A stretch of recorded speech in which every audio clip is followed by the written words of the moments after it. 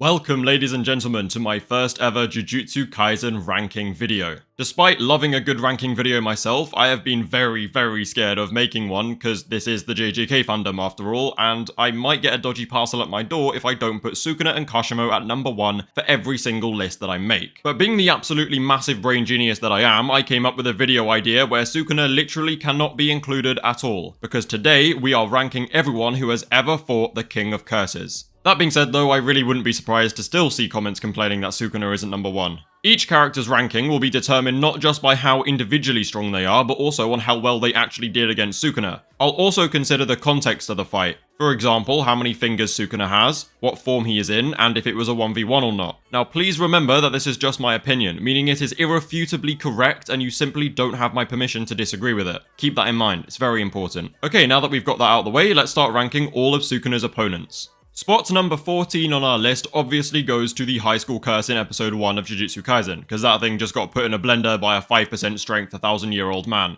It's quite embarrassing, to be honest, but yeah. As for number 13, however, I'm going to put the Finger Bearer from the Detention Center arc, and that thing is much stronger than the last curse, it being special grade and all, although it is still nothing compared to Ryomen Sukuna. Out of respect for Lobotomy Kaisen, I was going to put it at number 1, but I sometimes forget how Jujutsu Kaisen fans take everything a little bit too literally sometimes, so I decided it was safer just to put it at number 13 where it belongs.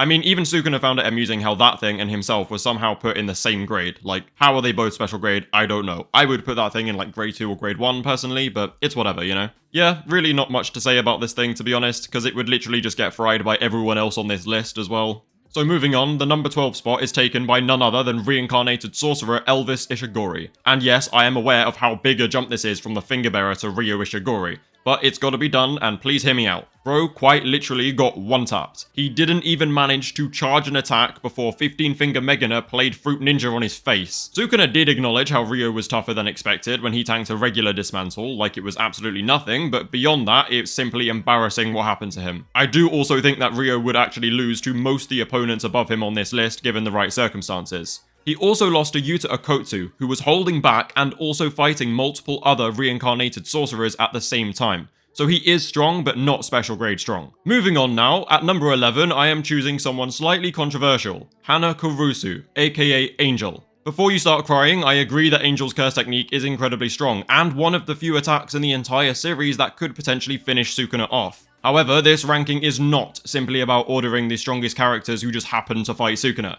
No. The ranking is very much dependent on how well they did against Sukuna in addition to their overall strength. Hana used Jacob's Ladder when Sukuna took over Megumi Fushiguro's body and absolutely shredded him. Like, genuinely, the only other time that we've seen Sukuna that beat up is after Gojo's Hollow Purple. Supposedly, one more blast of Jacob's Ladder would have actually finished him off, so you may be wondering why she's not even in top 10. Well, there's two main reasons. Reason 1, instead of unleashing another Jacob's Ladder, Hana falls for the most baity bait thing I have ever witnessed in all of anime. That shit is so embarrassing. I mean, hesitating for a second or two is maybe understandable, but don't go and hug the guy, like, what? Reason 2 is that Jacob's Ladder may not actually be as broken as we thought, since Sukuna had a secret anti-angel technique from the Heian era that he whipped out against Yuta Okotsu, a significantly stronger sorcerer who blasted a weakened Sukuna with the guaranteed hit of his domain, and it literally did nothing. Angel also doesn't really give me close quarters combat vibe, so landing Jacob's Ladder after Sukuna knows what it is would always be a lot harder.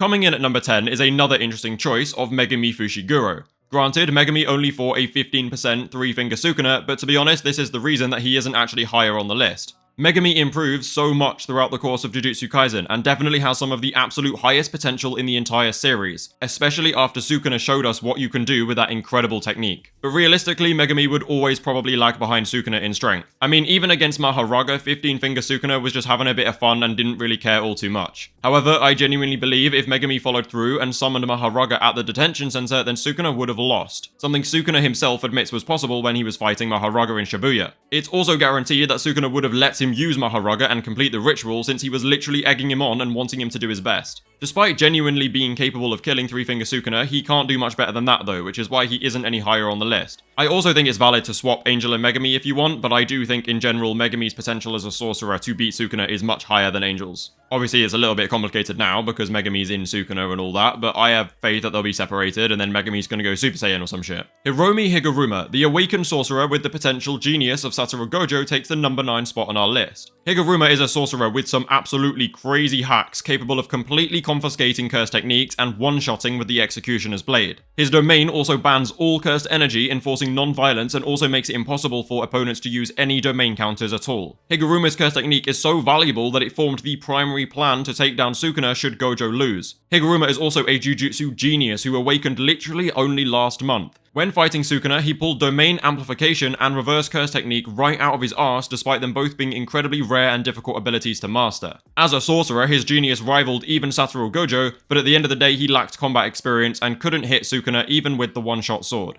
To be fair, Gege did slightly arse pull and confiscated Sukuna's cursed tool instead of his cursed technique, but I do think even if he did confiscate the cursed technique, Sukuna is still just not getting hit by Higuruma. It's not going to happen. He's way too fast, he's still got cursed energy, it's done. However, due to the insane ability to insta-kill and also confiscate cursed techniques, Higuruma's potential to win this fight was actually very high compared to some other sorcerers on this list. At spot number 8, we have Big Daddy Disaster Curse Jogo. Jogo fought with all of his might against 15 Finger Sukuna in Shibuya, but ultimately failed to land even a single blow against the King of Curses. However, he did show how powerful he really is by absolutely demolishing Shibuya, and Sukuna even admitted that he was one of the strongest curses or sorcerers he had ever faced. Unfortunately for Jogo, Sukuna is just that guy though, and he was never going to win that fight. I think Jogo is actually a strange one, because he would potentially lose to the likes of Angel and Higuruma, and he also wasn't as close to finishing Sukuna off. However, Jogo was fighting a 1v1 against a completely refreshed 15 Finger Sukuna, whereas the entire anti-Sukuna squad jumped to f*** up Sukuna following the Gojo fight, and they are still failing to kill him. So in terms of who took the harder fight, I do think fighting a 15 Finger replenished instead of a f***ed up low output 10 Finger Sukuna is a much better feat. I can definitely see an argument for moving Jogo below Higuruma, but in my opinion they are equally respectable efforts due to Jogo taking the 1v1 with a fully replenished Sukuna. At number 7, we have Yorozu, who again probably annihilates literally everybody below her except maybe Higuruma because of the nature of his ability. And similar to Jogo, she did 1v1 a completely refreshed 15 Finger Megana. Yorozu was one of the strongest sorcerers of the Heian era, the golden age of Jujutsu, which definitely holds a lot of weight. She was effortlessly killed by Sukuna himself back in the Heian era, but like everybody was, so who gives a fuck. Yorozu was incredibly talented as well, as she was able to make an incredibly cursed energy inefficient technique like construction into a highly versatile and utility-packed weapon. She also had a very strong domain expansion and a perfect spear, which might as well have just been a black hole. Obviously though, Sukuna still considered this playtime, as he refused to use his domain or curse technique, choosing instead to give his new 10 Shadows curse technique a little test run. Yorozu was eventually defeated by the power of Raga. She was, however, a much stronger sorcerer than pretty much everybody listed below her, so I think she definitely deserves this number 7 spot. Damn, this one is definitely gonna get some mixed responses, but at number 6, we have none other than our main character, Yuji Itadori. Yuji has fought a 10% output Megana alongside Maki Zenin, and also fought a 19 Finger Sukuna post-Gojo fight alongside Higuruma and then Yuta Okotsu. In fact, that fight is actually still going, although Yuji just needs to heal himself up a little bit before he gets back in there. Yuji's persistence and unbreakable will are things that greatly frustrate Sukuna. In fact, he admitted that Yuji's determination to seize his ideals rivals his own. Yuji Itadori is incredibly skilled in hand-to-hand combat and has landed multiple soul-striking, durability-negating blows on Sukuna throughout the course of their most recent fight. It's also worth mentioning that Yuji learned Reverse Curse Technique in only 1 month, but what I find more interesting is how he actually learned all these new discovered abilities. Yuta claim that they cheated in training, and many take this to mean that Yuji can soul swap and gain knowledge and abilities similar to his mummy Kenjaku. The point though is just that Yuji's true power has not yet been revealed since his fight isn't actually over yet. I think he has a lot more to show us, and I think he is definitely going to have the highest potential in terms of beating Sukuna. Farmer Glazers rejoice because taking the number 5 spot is none other than the God of Lightning Hajime Kashimo, specifically while using his curse technique. I think base Kashimo actually gets fried by a lot more people than some of you will admit. Kashimo's 1v1 against Sukuna followed directly after Gojo's final Hollow Purple, so Sukuna's output was completely shot and he was forced to transform into Heian era Sukuna in order to get some free body healing. Kashimo definitely landed some good hits against pre-transformed Sukuna, at least good for a farmer, but once Heian era Sukuna came out, Kashimo got absolutely cooked. All in all though, Kashimo curse technique landed a lot more blows than Jogo did, and probably more than Yorozu did as well. I am also certain that curse technique Kashimo, and maybe even base Kashimo, delete absolutely everybody below them on this list, hence why he is above Yuji. However, when Yuji awakens, that will probably change. Realistically though, curse technique Kashimo is a hella strong sorcerer, but he is still not touching Ryomen Sukuna.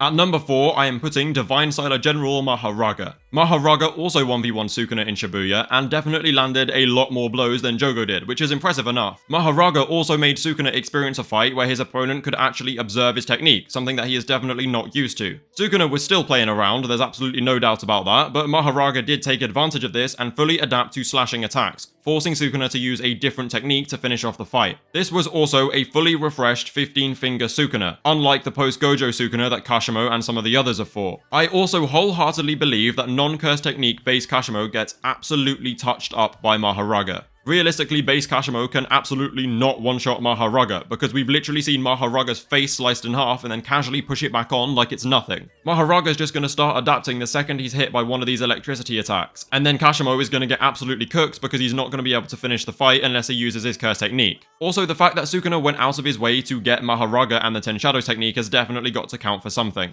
At spot number 3, I have placed Maki Zenin, and I will admit that she might even be number 2 by the time her fight is done, but for now, she's staying here. We already know that Heavenly Restrictors are immensely fast and strong, enough so to throw hands with the Heian era King of Curses. Maki also wields the soul-splitting katana, capable of negating durability and directly damaging the soul. Sukuna can heal the soul using reverse curse technique, but it is more complex and he doesn't currently have the output to do it thanks to Satoru Gojo. Maki also has 2 more little quirks that Sukuna is not used to dealing with. One is that her presence is practically unreadable due to her having absolutely no cursed energy at all. The second is that she can actually sense and evade any slicing attack that Sukuna uses, including a world divider, something even Gojo couldn't do. Her 1v1 is only just getting started, and based on chapter 252's ending, it seems that Maki might finally be the one to make Sukuna reveal his full strength, similar to how Maharaga did this in Shibuya. Spot number 2 goes to none other than Sukuna's main dish, the possessed brat, the cursed child, Yuta Okkotsu. As for literally everybody on this list so far, an all-out full-power Sukuna would absolutely shred Yuta Okkotsu into little pieces. And this is actually stated by Yuta and Yuji themselves when they fight the weakened Sukuna. However, given everybody's attempt so far, I genuinely believe that Yuta has achieved more than everybody except Gojo. Yuta and Rika engage a roughly 10-finger strength Sukuna in close quarters combat and tank very close range dismantles like they are paper cuts. According to Kusakabe GPT, a close range dismantle is literally lights out for everybody, even with simple domain. But Yuta is tanking that shit very close range with pure cursed energy reinforcement like it is absolutely nothing. He also trades blows with Sukuna and causes his stomach mouth to spit blood from literally one punch. He then traps Sukuna in his domain with himself, Rika, and Yuji, where he utilizes at least 5 techniques to batter Sukuna, all while shifting his barrier coordinates and running reverse curse technique. He also Uno reverses the king by slapping his cheeks with a cleave, Sukuna's own technique, and if that is not the ultimate disrespect, then I do not know what is. Granted, Yuta is not in a 1v1, and Sukuna isn't at full strength, but he never really is in a 1v1. I think the only time we actually see him fight one-on-one is against the cursed spirit Kororoshi.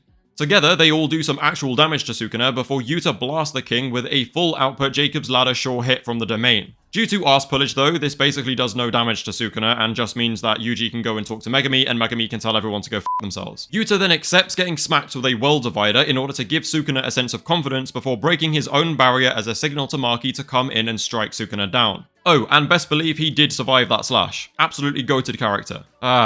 Feels good to Yuta glaze again, man. I feel like it's been way too long. All my recent videos have been about Sukuna, and I've not talked about Yuta nearly enough. In all seriousness, though, I do think Yuta Okkotsu has done the most since Satoru Gojo. Speaking of Gojo, surprise surprise, number 1 is none other than Satoru Gojo, the strongest sorcerer of the modern era. Gojo was the only character to fight a full health, full output 19-finger Sukuna in a 1v1 and still nearly win. The effects of Gojo's fight are still present to this day as Sukuna has crappy output and can't even open a domain. Despite how strong sorcerers like Okkotsu are, they still struggle in a 1v3 against a 50% or lower strength Sukuna. Whereas Gojo here is making Sukuna meticulously plan every single move to beat him. I was on board with the whole Sukuna loses without Maharaga train at first, and then I jumped ship and changed to the Sukuna could have done it anyway but wanted to do it the riskier and more fun way. And now I am again leaning more towards Sukuna actually losing without Maharaga. I also think that Gege very deliberately left it open so you can think whatever you like. There is absolutely no right answer because we simply do not know enough. It may be that Sukuna's strength is fully revealed very soon and we all go, oh yeah, Gojo was from the beginning. Maybe, but also maybe not. The fact is, Sukuna chose a difficult and risky strategy to use Maharaga and beat Gojo. That does not mean that he was always guaranteed to win. Even if he didn't need Maharaga, the fact that he still chose Maharaga as the strategy gave Gojo openings to win the fight. Risks are risky. That is like kind of the whole point, and Sukuna just likes to fight that way. Anyway, Gojo's domain was equally as refined as Sukuna's, but beaten by the barrierless feature. Gojo also pushed his absolute limit and taught himself new things about Jujutsu that others didn't even think were possible. He also battered Sukuna, Maharaga, and Agito with black flashes and an experimental hollow purple, leading to Agito and Maharaga's complete destruction and Sukuna's massively weakened state. But unfortunately, Satoru Gojo was not able to detect and evade the newly learnt world divider, and he did get split in two. Satoru Gojo did lose the fight, but Sukuna still admitted that Gojo was incredible, and in my opinion, Sukuna was not prepared for the level of Gojo's genius. I still believe Satoru Gojo was the most challenging opponent Sukuna has ever faced in his whole 1,000 years. Hell, it was during this fight that we genuinely saw Sukuna nervous for the first time, and some people claim that like Sukuna knew what he was doing from the very beginning and he wouldn't be nervous. Like, what is this? The narrator literally tells us he is nervous. Why would he be lying about that? Why would he be faking being nervous? He was nervous. He was actually nervous. There is no, oh, he was pretending to be nervous. Like, shut up. He was. Okay, I do need to cool it. I can't lie. I've been trying to. Shut up! Gege is actually going to be the death of me, man. I swear to God.